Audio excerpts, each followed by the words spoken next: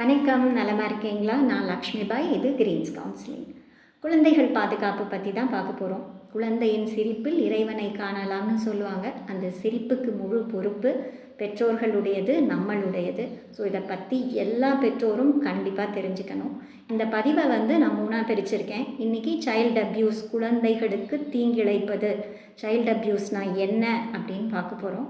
ரெண்டாவது, அந்த மாதிரி ஒரு குழந்தை அனுபவிக்கும் பொழுது நம்ம என்ன பண்ண முடியும், அந்த குழந்தைக்கு சப்போர்ட்டாக இருக்கிறதுக்கு யாருடைய உதவியை நாடணும் அப்படிங்கிறதுலாம் இரண்டாவது. மூணாவதுல இந்த மாதிரி விஷயங்கள் நடக்காமல் இருக்கிறதுக்கு பெற்றோராக நம்மளுடைய பங்கு என்ன, நம்மளுடைய பொறுப்பு என்ன அப்படிங்கிறது.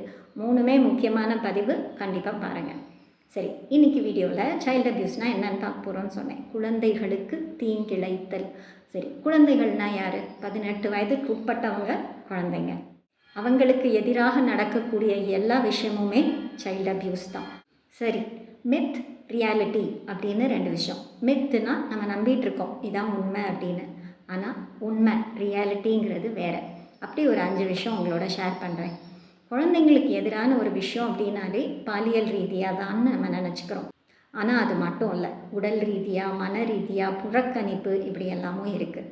ரெண்டாவது, இந்த குழந்தைங்களுக்கு எதிராக நடந்துக்கிறவங்க நம்ம யாருன்னே தெரியாதவங்க, ஸ்ட்ரேஞ்சர்ஸ், அறிமுகம் இல்லாதவங்கன்னு நினச்சிக்கிறோம். ஆனால் அது எப்போதும் அப்படி கிடையாது. முக்கால்வாசி குழந்தைங்களுக்கு நல்லா அறிமுகமானவங்களே அந்த குழந்தைங்கள தப்பாக நடத்துகிறாங்க. அது மாதிரி ஆண்கள் தான் அந்த மாதிரி பிரச்சனைகளெல்லாம் கொண்டு வராங்க, பண்ணுறாங்கன்னு நினச்சிக்கிறோம். அப்படி இல்லை, இரு பாலரும், பெண்களும் இந்த மாதிரி தவறை இழைக்க தான் செய்கிறாங்க.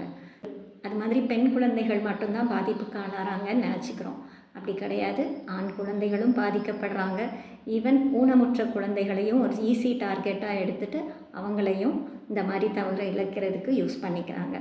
ஃபைனலி ஆன்லைனில் என்ன பண்ண முடியும்? ஃபோனை வச்சுட்டு கேம் விளையாடுறா, கார்ட்டூன் பார்க்குறான்னு நினச்சிட்டு இருக்கோம். ஆனால் அதுக்குள்ளே பெரிய ஆபத்து இருக்குது. ஃபோனுங்கிறது ஆக்சுவலி குழந்தைகளுக்கு ஒரு 10 வயசு வரையும் அவசியமே இல்லை அப்படின்னு தான் நான் சொல்லுவேன். ஸோ மித் எது, நம்ம நம்பிட்டு இருக்கிற விஷயங்கள் எது, உண்மை எது அப்படின்னு நம்ம தெரிஞ்சுக்கிட்டோம் இல்லையா? இப்போ வருவோம், சைல்டு அப்யூஸ்னால் என்ன அப்படின்னு. சைல்டு அப்யூஸ்னாலே பாலியல் சம்மந்தப்பட்டதுன்னு நினச்சிக்கிறோம். ஆனால் உடல் ரீதியான துன்பங்கள், உணர்ச்சி ரீதியான துன்பங்கள், புறக்கணிப்பு, பாலியல் ரீதியான துன்பங்கள், இது எல்லாமே சைல்டு அப்யூஸ் தான். அடிப்பது, உதைப்பது, தீக்காயம் ஏற்படுத்துறது, காயங்கள் ஏற்படுற அளவு ரொம்ப முரட்டுத்தனமாக அந்த குழந்தைங்க கிட்ட நடந்துக்கிறது உடல் ரீதியான அப்யூஸ். மன ரீதியானா இருட்டு அறையில் பூட்டு வச்சிடுறது, தனியாக விட்டுட்டு போகிறது, ஒப்பிட்டு பேசுகிறது, தகாத வார்த்தைகள் சொல்லி குழந்தைங்களை திட்டிகிட்டே இருக்கிறது. இல்லை, அந்த குழந்தைக்கு ஒரு தம்பியோ தங்கச்சியோ பிறந்தோன்னே அந்த குழந்தைங்களுக்கு ஏதோ பெரிய பதவியெல்லாம் கொடுத்து நீ அக்கா, நீ தான் அண்ணன் அப்படின்னு வீட்டில் உள்ள வேலைகளெல்லாம் வாங்குறது. இதெல்லாம் குழந்தைகள் ஃபேஸ் பண்ணக்கூடிய மன ரீதியான பிரச்சனைகள். புறக்கணிப்பு, ஸ்கூலுக்கு அனுப்பாமல் இருக்கிறது, அடிப்படை தேவைகளை அந்த குழந்தைங்களுக்கு கொடுக்காமல் இருக்கிறது. அவங்களுக்கு ஒரு டாக்டர்கிட்ட கூட்டிகிட்டு போகணும், இல்லை கரெக்டான சாப்பாடு கொடுக்கணும், உணவு, உடை, அவங்கள பாதுகாப்பாக வச்சுக்கணும், இருக்கிறதுக்கு ஒரு சேஃபான இடம், இது எல்லாம் கொடுக்கணும் அப்படிங்கிறது பெற்றோர்களுடைய கடமை, முதற் கடமை. 4வது தான் பாலியல் ரீதியான தொந்தரவுகள். பெற்றோர்களால் உடல் ரீதியாக, உணர்ச்சி ரீதியாக புறக்கணிக்கப்பட்டு இருக்கிற குழந்தைங்க பாலியல் ரீதியாக கஷ்டப்படுத்துறதுக்கு ஈஸியான ஒரு டார்கெட்டாக ஆகிறாங்க. அதை ஞாபகம் வச்சுக்கணும். ஸோ உடல் ரீதியான தொந்தரவுகள், உணர்ச்சி ரீதியான தொந்தரவுகள், புறக்கணிப்பு, அடிப்படை தேவைகளை கூட குழந்தைங்களுக்கு கொடுக்காமல் இருக்கிறது. அடுத்து பாலியல் ரீதியான தொந்தரவுகள். பாலியல் ரீதியான தொந்தரவுகள் என்னெல்லாம்? தவறாக தொடச் செய்வது, தவறாக தொடுவது, உடல் உறவு வைத்துக்கொள்வது, அவர்களை வைத்து தவறான படங்கள் எடுப்பது.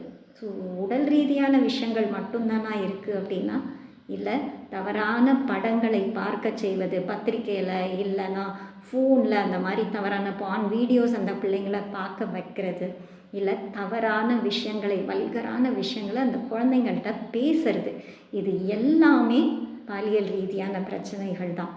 ஆன்லைன் மூலமாக குழந்தைங்களுக்கு என்ன பிரச்சனைகள் வரும் அப்படின்னா, குறிப்பாக அந்த குழந்தைங்க ஏதாவது தெரியாமல் ஷேர் பண்ணிடுவாங்க. ஸோ அதை வச்சு அவங்கள மிரட்டுறது, இல்லை ரொம்ப தகாத வார்த்தை, அருவருப்பான வார்த்தையை குறுஞ்செய்தியாக அனுப்புறது. ஸோ இவங்களை இப்படி மிரட்டி, புல்லி பண்ணி, இல்லை தவறான வீடியோவை அந்த குழந்தைங்களுக்கு ஷேர் பண்ணுறது, இது எல்லாமே ஆன்லைன் மூலமாக நடக்கக்கூடிய அப்யூஸ். ஸோ நம்ம இப்போ உடல் ரீதியான அப்யூஸ் பார்த்துட்டோம், உணர்ச்சி ரீதியான அப்யூஸ் பார்த்துட்டோம், குழந்தைங்க புறக்கணிக்கப்படுறாங்க அப்படின்னு தெரிஞ்சிடுச்சு. ஆன்லைன் மூலமாக இத்தனை விஷயங்கள் நடக்கிறதும் நமக்கு தெரியுது. ஸோ இந்த மாதிரியான விஷயங்களுக்கெல்லாம் ஆளான குழந்தைகள் ரொம்ப ஈஸியாக பாலியல் ரீதியான பிரச்சனைகளுக்கும் ஆளாகிறாங்க அப்படிங்கிறது கண்டிப்பாக நமக்கு தெரியணும். ஸோ 1008 வேலை இருக்கலாம் உங்களுக்கு, உங்கள் ஃபேமிலிக்காக தான் நீங்கள் ஓடலாம். ஆனாலும் உங்களுடைய முதல் பொறுப்பு உங்களோட குழந்தைகள். ஸோ இந்த விஷயத்தில் நம்ம விழிப்புணர்வோடு இருக்கிறதும், கவனமாக இருக்கிறதும், குழந்தைங்கள ஓரளவு என்ன சொல்கிறாங்க, என்ன செய்கிறாங்கன்னு ஒரு ஃபாலோ அப் வச்சுக்கிறதும் ரொம்ப அவசியமானது. அடுத்த வீடியோவில் இந்த மாதிரி ஒரு சூழலை நம்ம எப்படி எதிர்கொள்ளலாம் அப்படிங்கிறது தான் பார்க்க போகிறோம். கண்டிப்பாக மிஸ் பண்ணாமல் பாருங்கள். Like, share and subscribe. Thank you.